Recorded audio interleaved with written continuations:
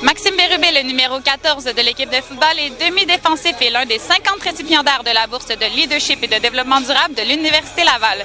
Il s'est mérité ce prix notamment grâce à son implication dans sa région natale, la région de Valleyfield.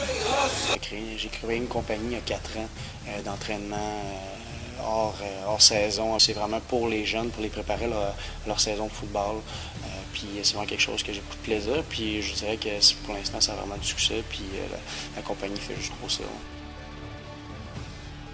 En ce moment, tous les cours que j'ai, c'est vraiment quelque chose de plus concret. Vraiment, on va approfondir dans la matière. Au niveau du marketing, je suis vraiment satisfait. Les professeurs sont tout le temps disponibles. À chaque cours, on sent qu'on a appris quelque chose. Puis pour l'instant, je suis vraiment satisfait. Puis je suis comblé par ma maîtrise. Qu'est-ce que tu veux faire après avec ta maîtrise en marketing? As-tu une idée vers où tu veux t'en aller? Oui, certainement. J'aimerais bien me diriger vers l'administration sportive. Ça me permettrait de combiner deux de mes passions, le sport et l'administration. Je veux rester proche du sport. Le sport m'a beaucoup donné dans les dernières années. Tu as la chance, si on peut dire ça comme ça, d'être en défensive. Est-ce qu'on entend la foule quand on est sur le terrain? Oui, certainement. Je pense qu'elle a un gros rôle dans nos matchs à domicile. Elle permet souvent à l'offensive de ne pas être sur la même page, de ne pas entendre les signaux du corps arrière. Puis pour nous, ça a vraiment une importance cruciale dans les matchs.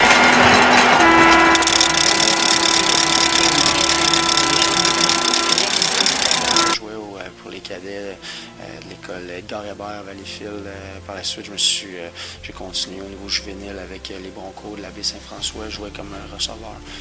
Ma dernière année, on a gagné le bol d'or juvénile 2.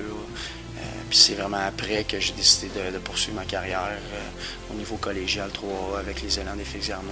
J'avais la possibilité, ma mère habitait à la région de Québec. Ça m'a permis aussi de connaître un peu le phénomène au GA. Puis par la suite, quand est venu le choix de mon université, pour moi, ça a été un choix assez facile. Dès que Glenn m'a appelé, pour moi, c'était oui. Qu'est-ce qui est plus le fun, faire un touché ou faire un gros plaqué?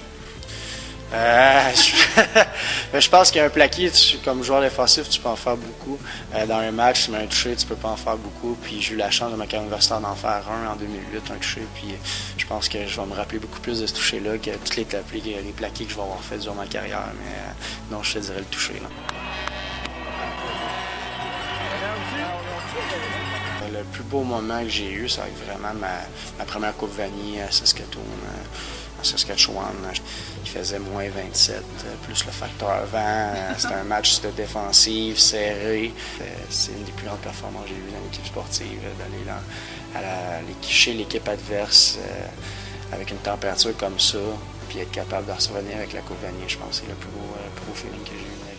De quoi tu vas t'ennuyer le plus quand tu seras plus ici avec le RGA? C'est vraiment l'environnement, là, que ce soit avec les entraîneurs, les personnes de soutien, avec aussi les joueurs. Je pense qu'on est vraiment une famille qui se côtoie aussi tellement fréquemment pendant une saison de football, même hors saison.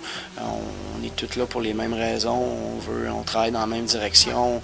On s'entraîne fort. On a le même objectif.